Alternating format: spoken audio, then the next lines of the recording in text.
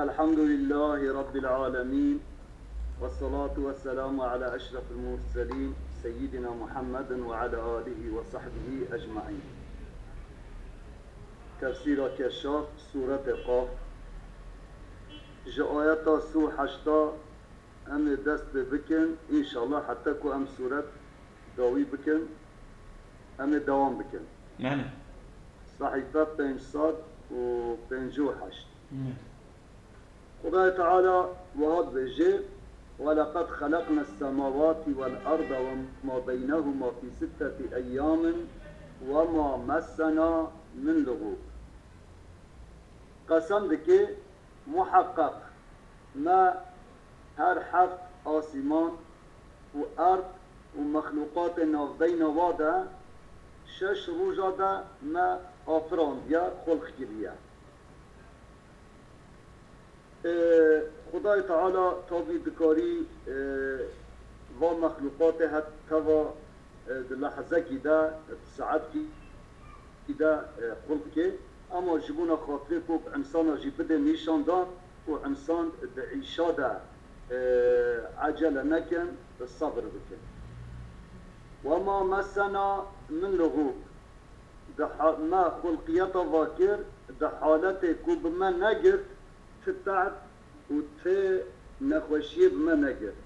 يعني ام دتشيكرنا وارض آسمان ونافذين وادا ام قد نتعبين وما ازيت ندي ابرد السر يهودية كو دبيجن خدای تعالى اشتيكو 6 روجا دا ارض آسمان خلق كرنا روجا حفتادا استراحت كريا عاشا استراحت شقدارتنا خدای تعالى رد السر وادكي. فاصبر على ما يقولون وسبح بحمد ربك قبل طلوع الشمس وقبل الغروب. أخوة الصبر بك يا نبي من السر وان تشتكو مشرك دبيجن وسبح بحمد ربك تميش بك بحمد ربي خوا حمد ربي خوا بك بميجي قبل طلوع الشمس هيجا روجي ندايدات يعني ميجا صبح بك وقبل الغروب هيروج نشوي آفا ميجا عصري وميجا نيبرو إشارات بالوابة بكي. ومن الليل فسبحوا ديسا تي وساعات شبيدجي ميج بكا ميجا مغرب وعشاء بكا وأدبار السجود مقصد السجود يعني أو ميجا كوب سجدة يعني تشتي فان ميجا هنيك جي يا سنة بكا أو تسبيحات بكا.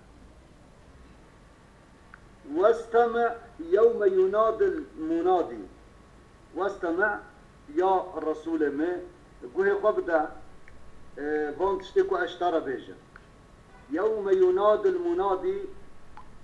او تشتكو ازبيجم افا وروجاكو او ملائكتكو غازيكار فذكي سوري روجا قيامته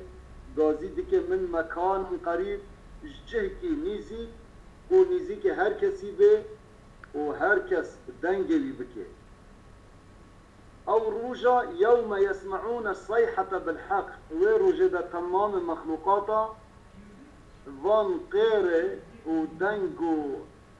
یه ملک سوره کو تکن به شبهه ذالک یوم الخروج او روجا در کتنا انسانا اشقبرا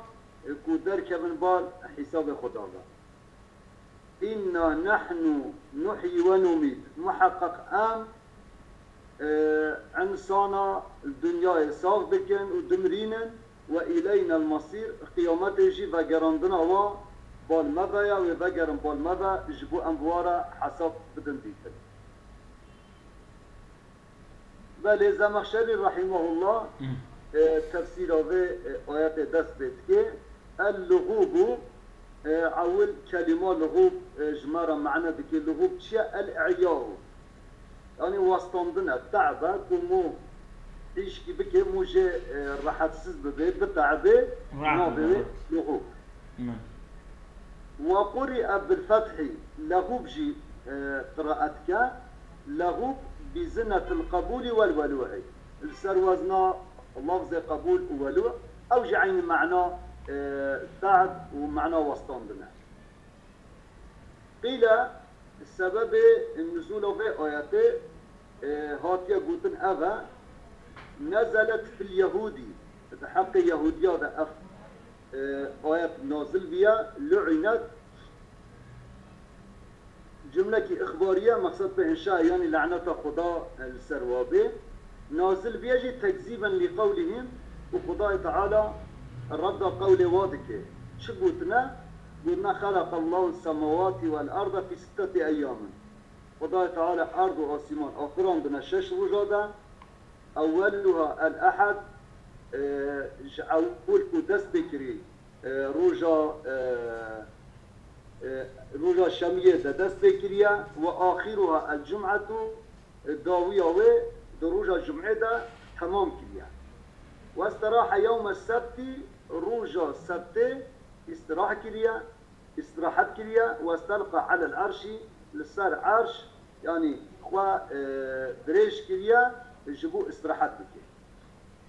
أو خداي تعالى يجيبونا رد السرفان وتعبش خضارتنا خداي تعالى أف آيات بذي شكل نازل كريا وقالوا علماء قلتنا إن الذي وقع من التشبيه بلي أو يكون تشبيه ترى شدب كذا تشبيه ده يعني تشبيه خطاب إنسان ذكي في هذه الأمة أو كسكو دبي أهل تشبيه دبي أمته إنما وقع من اليهود أو بالفاي إبا يهودية بشي أو يعني جبوتنا فا يهودية دبن أتكي وتأثير جبوتنا وادا دمك مايا حتى كو تشبيه خدا جيب إنسان دكي تشتي كوش إنسان رهي واش خدا را إثبات دكي أظن أو من دويد رتنا يعني اف تشبيه كتير نوا في أمتي جي يهودية كتير نوا في أمتي وجوان هاتي الصندري يعني ما مشبهانة سيدا مشبهة تدي مثلا جبرية هنا مشبهانة أو مشبهة وأبيكو خدا تشبيهي بكن أو فانا يهوديات كلا مش بنا دفنا يعني تديد أف عيني أف تشبيه دفي أواد داجي يعني دفي قدنا يهودية داجي هيا وداجي صانكي وكا إنسانك ووقت عيش مظن به وبتعب يجيب والاستراحات ذهبه أبا التشبيه كرم دفي أمات داجي كسيكو دفي فكري دبي أو فكري يهودية فكري إخوان يهودية قرطية بله يعني هنكي سلفي جوانت كلا مش بنا مثلا يعني دفين خدا الجورية خدا دستي خدا او كي خدا دستش خدا را هنه كو امن زانن شوانن فلان او جيك جوانت كلا مش بنا يعني اب كو خدا بنزت ميشي تشتا بكن انسانا بكن ام يا اتكلما يهودية بل نو يعني ابا هنك توبي يعني معناكو ام بجن سلفي وكاسون كي ام بحث فوي بيغو بكن اصلا السلف يعني بفيشيا و مذهب عقيدة يعني اب انسان كو حين يعني كو ام جوارد بجن سلف توبي او خواجي يعني عيني غاتشته هناك ظاهره واش خدا را اثبات بكن لأما نوكا و مشبهه يعني او وي حوالي خدا بكن بجن كاب چه شکلیه خدا بزانه لأما اب مشبهه عيني تام تشبيه انسانه بكن جبريل قاسي بجنوا تعب الخدا بيا واستراحت بيا فاصبر على ما يقولون وعلى يقولون يعني أي اليهود يهودين يهودي بيجن صبر بك سرقوتنا يهودي بيت بيجن ويأتون به من الكفر والتشبيه يعني صبر بك السر تشتكو يهودي دكن اش كفره وتشبيهه الصبر بك السر بيقصي ويخد الجزاء وابده يعني ما يقولون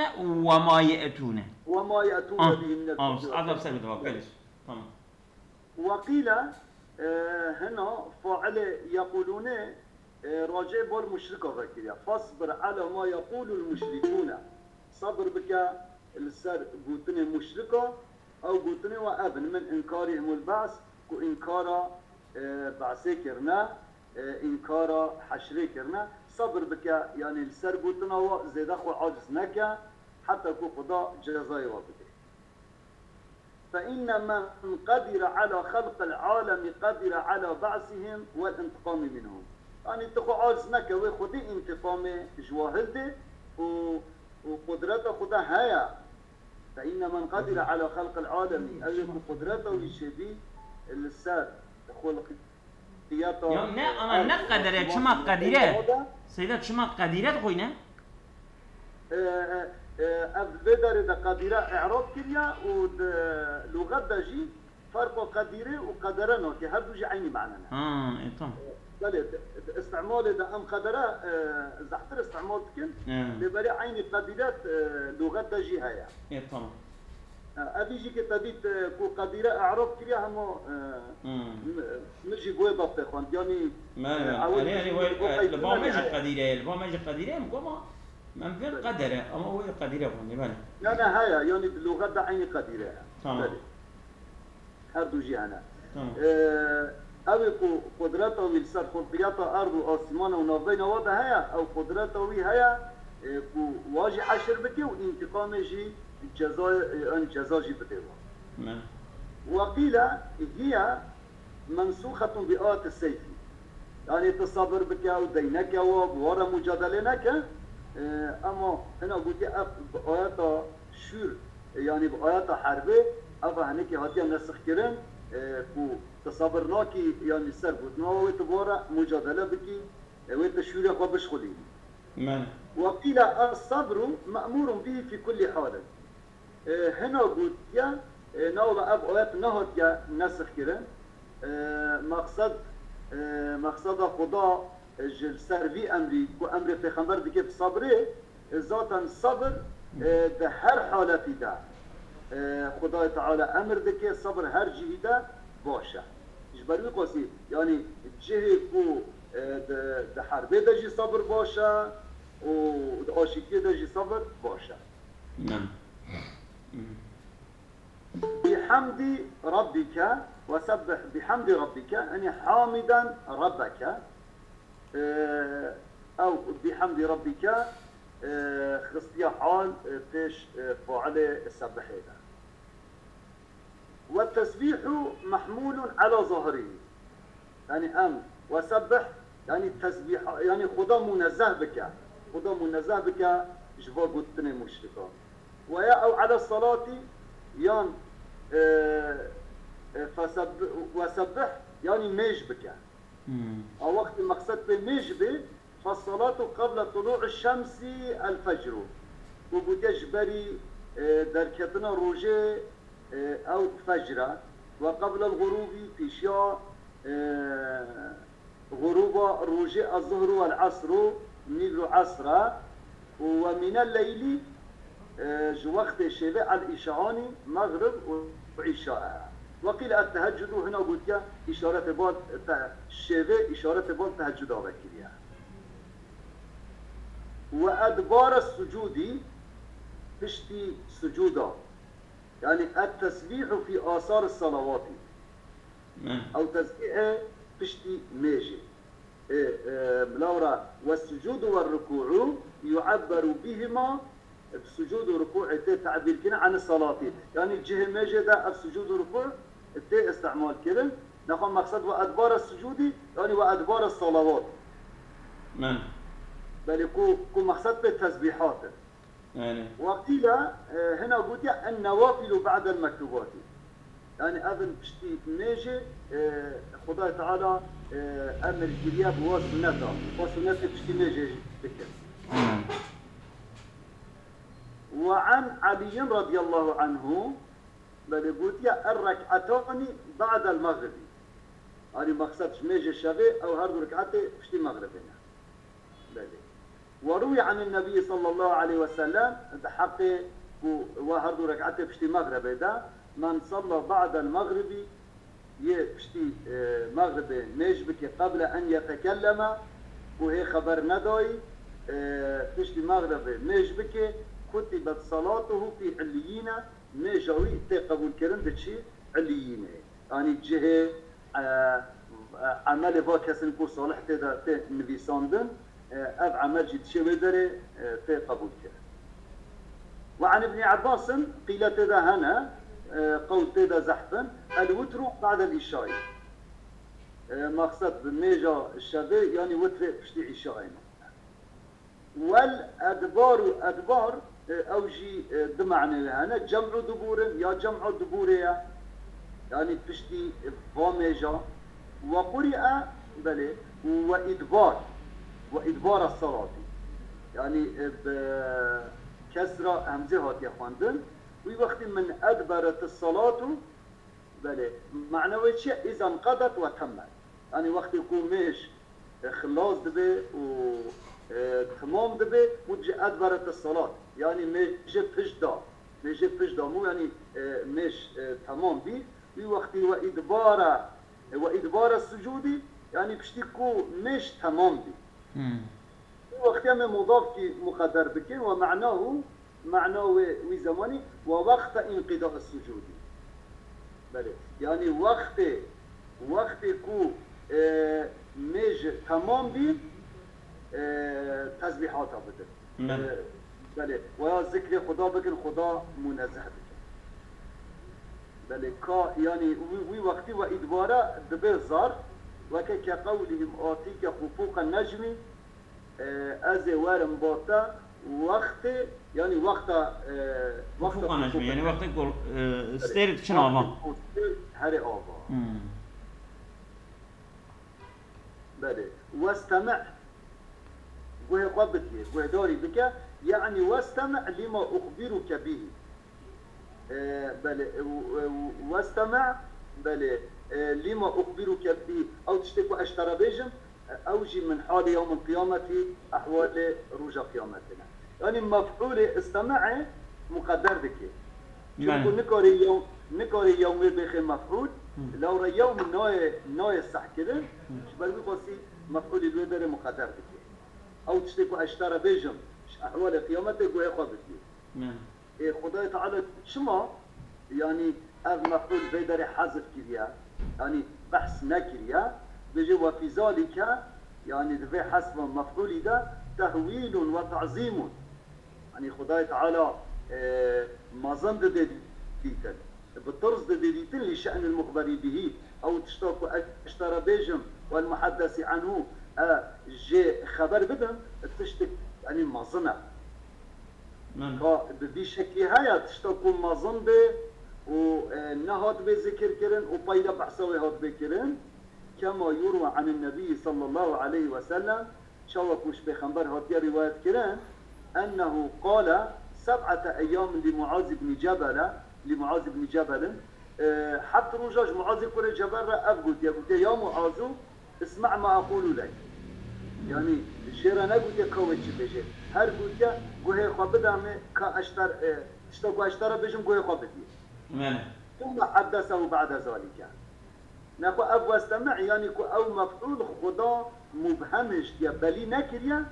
دوين نا أشكر كرني ده دمك تهويله تعظيم هيا وي وقتي يعني إنسان سامع رجيش إنسان مستمع رجي ولا دبي مرق كعجبة أو تشيا هدي أوجي زحتر حاضر دبي جبو سحكرنا ويتشتي بله فإن قلت بما انتصب يومه وقت يوم مناخذ مفعول استمعي ما مفعول جرى مقدرك أو يوما بتشم منصوبة قلت متعلقة بتشيا قلت بما دل عليه ذلك يوم الخروج منصوبة بفعلك يا ودلالة السروي فعلك أو كلمة بيضة بذلك يوم الخروج خروج تركبه وي وقتي بقلوة معنى تشوى دبي بقلوة متعلقي أي يوم ينادي المنادي يخرجون من القبور يعني يخرجون من القبور يوم ينادي المنادي وقت أو ملائكة غازيكات غازي دكي أو إنسان إش قبره در كذا.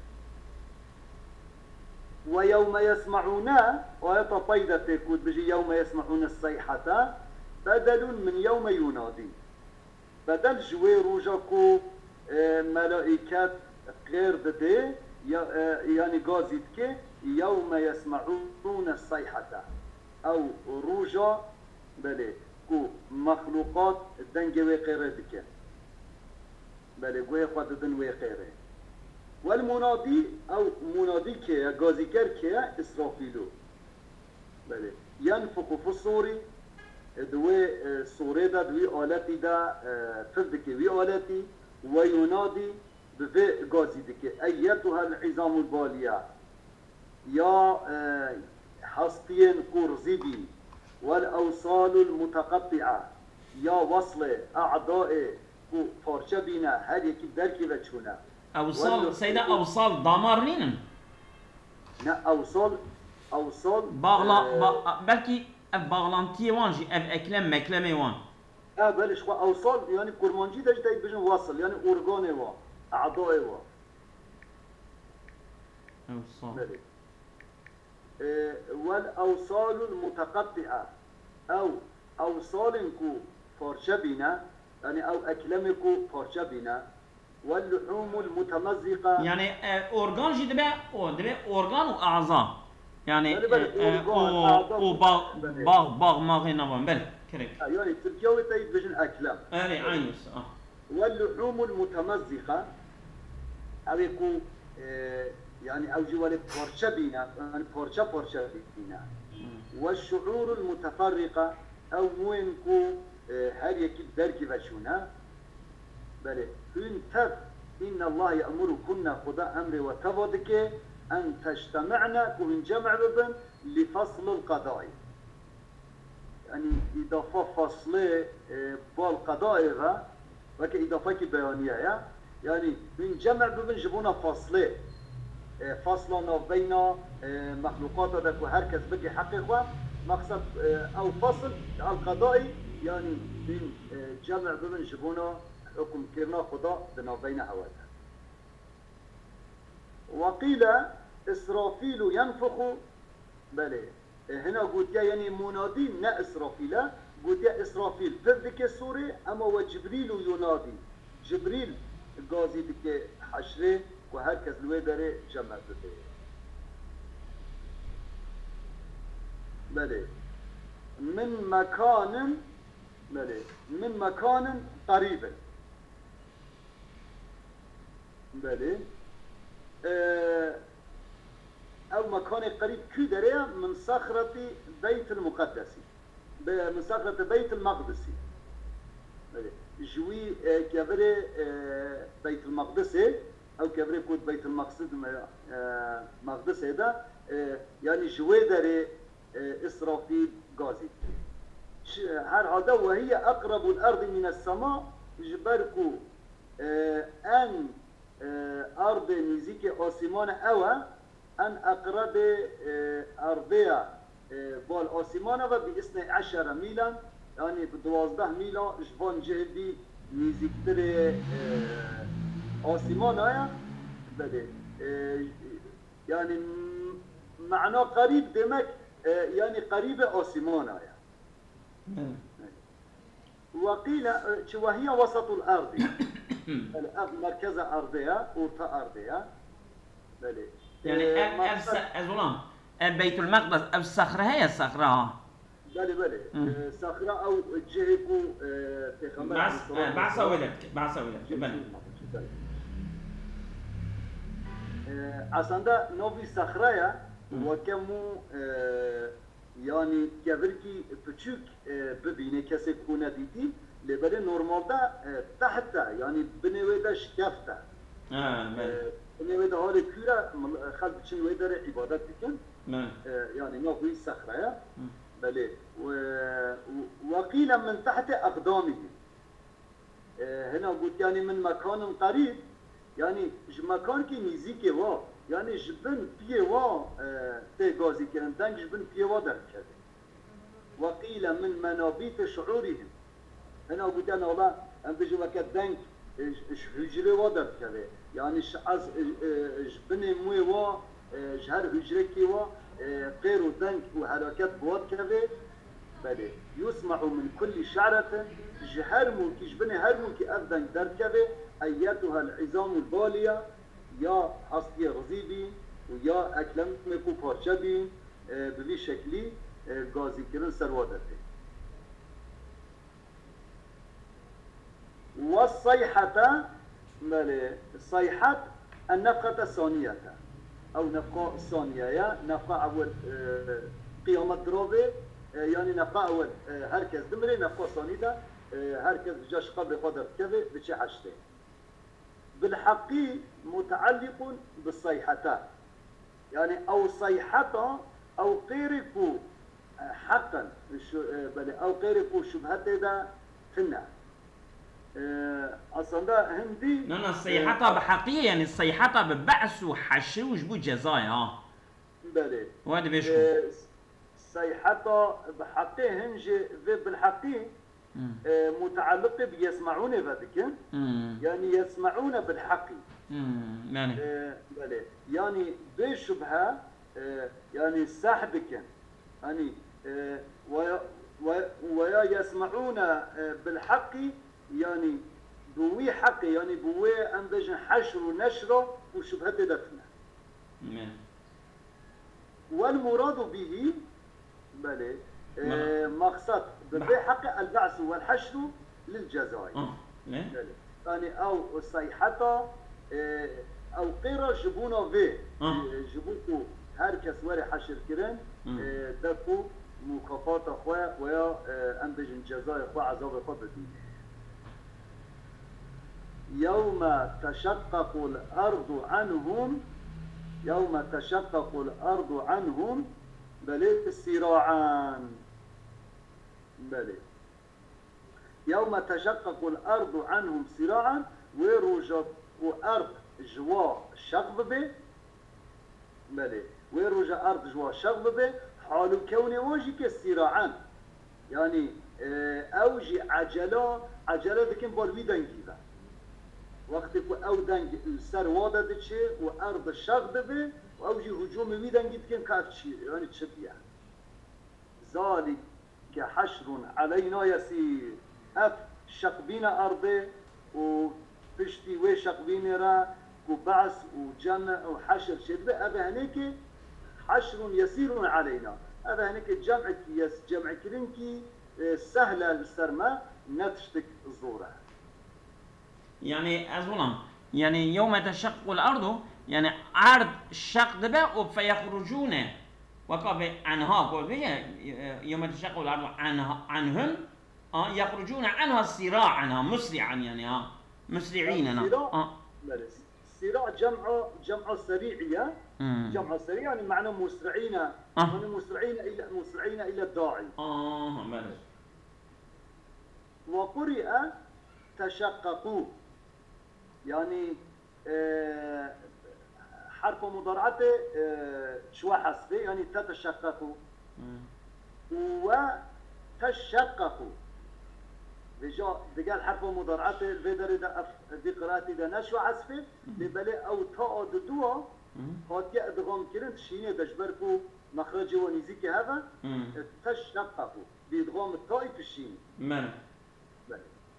وتشققوا على البناء للمفعول يجي هاتيا يعني أوجي قراءتك وتنشقوا أوجي قراءتك سراعان حال من المجرور أو حال بيجي مجرور يقول بجاء عنهم يعني حال كونه واجي سراعا يعني مسرعين علينا يسيرون قبل سر ما سهلة يعني يسير علينا جار ومجرور سر متعلق بنا يريد بجاء تقديم الذات فيه تقديم هو جار ومجرور يدل على الاختصاص يعني أب أنجح أم ذكارن واعيشة أب عيشة نكل سر ما سهل يعني لا يتيسر مثل ذلك الأمر العظيم مثل وأمر هنيك بحشر ونشر جمع كرنا تمام يعني جمع كرنا بله عنسو الجنة أب نسهلا إلا على القادر الذات إلا السروي ذات القادر الذي لا يشغل الذي بل لا يشغله أب يشغلوها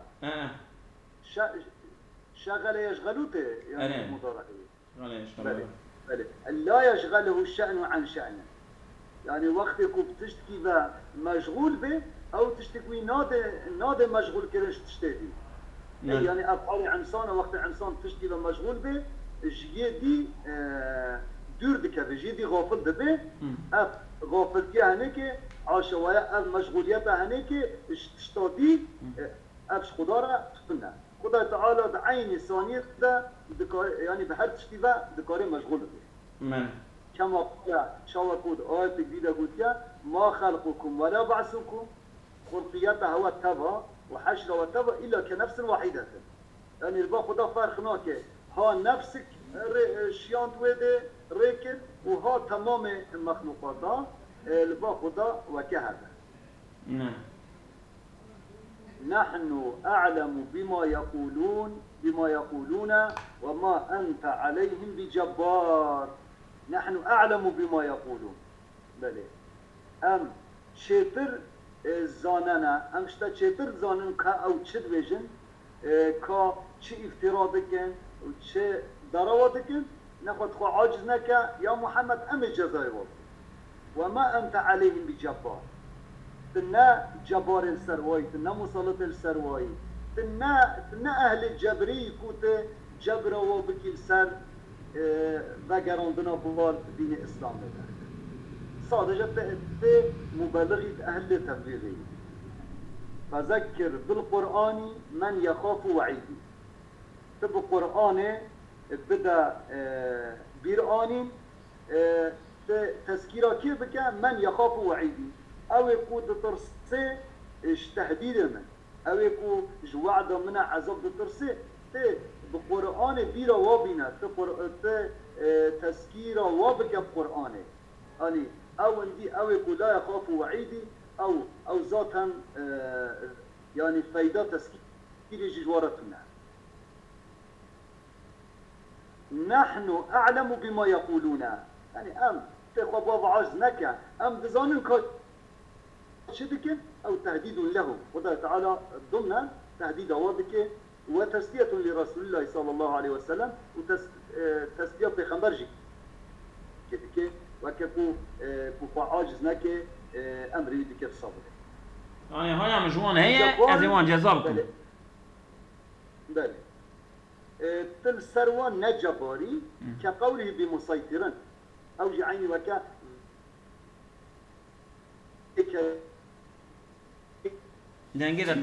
دنگه دته برینی ها نه اندیجنت جوابم لی بله اف بجبارن كقوله بمسيطرا عين وكا مسيطرن معناه ويجي اوا يعني تنا مسلط السرواي تنا السرملي ومسؤول واي حتى كو مسلمان بده حتى تقسيم انما انت داع وباع تداعي مالا جمال دنگه تا چما اوکو دنگه تا چو تا چوا کرد انت سيدا والا تی برینی هندك مايا چما دنگه تا بابو والله كو خرانا بيا حتى ما خلاص كبيا باش بي ايه بيقو دنگه من نوعي انا باشا هات برینی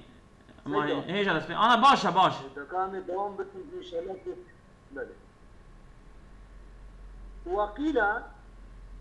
هاتيا قلتن اريد التحلم عنه يعني مقصد وما انت عليهم بجبارين بله هنا قلتيا نكو يعني تسلية جبي قلتنا خد التحلم عنهم يعني تجوارا حلنتيه بك وترك الغلظة عليهم الزور السروة نكا يعني خوا جوارا السرت نكا يقولون كو يعني أو شيء كيف فجر مم. بله ويجوز يعني يا معنى مسيطرة يا ويجوز أن يكون من جبره على الأمر يعني أخوة يعني معنى جبرته ده يعني وقت جبره يعني بمعنى أجبره عليه بله يعني بالنكاري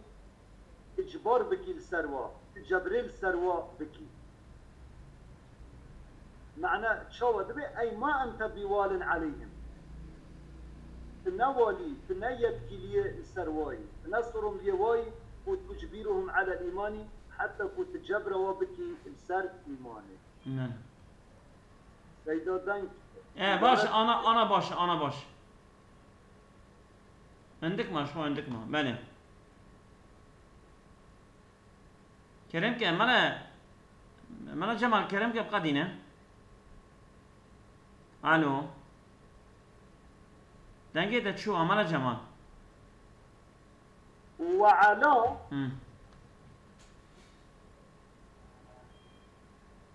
بل وعد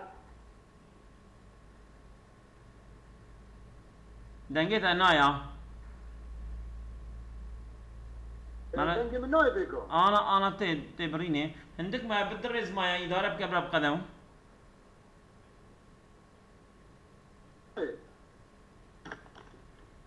تبريني جانا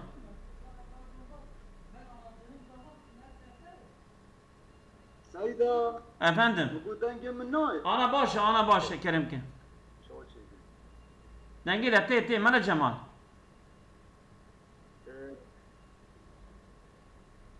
وعلى كلمة عليهم كلمة على بمنزلته بمنزله وعلى وفي قولك هو عليهم أوجي عيد معناه في عبارتي وعلى كود في عبارتي ده عيد ومعناه ده يعني كان يقولون هو عليهم إذا كان واليهم ومالك أمرهم يعني وقت كود بواليه و يتكليه و ومالك أمره و سرمليه و أفعل ذي آيات ده شيء عين معنى ذي علاقو ذي تعبير ده هذه استعمال كده من يخاف وعيدي بله صادج يعني بله تذكير هنيك تذكير بك من يخاف وعيدي كقوله إنما أنت منذر من يخشاها عين وكيف آيات دي يعني تمنذري تدرسيني بله أويكو ترس بيرا هذه شماجي نجهر كثيرا صادجة أويكو ترسير لأنه لا ينفع إلا فيه لو رأى التذكير منفعة ذاتنا إلا جبونا فيه إلا أويكو يخافوها دون المصر على الكفر أويكو إصرار ذكر سر كفري منفعة وي تذكيره فينا شخوا جاركنا كأموي أم بيجن ويا نا حديث كو خصين حديث أموي بخوينن سبحان ربك رب العزة عما يصفون وسلام على المرسلين والحمد لله رب العالمين.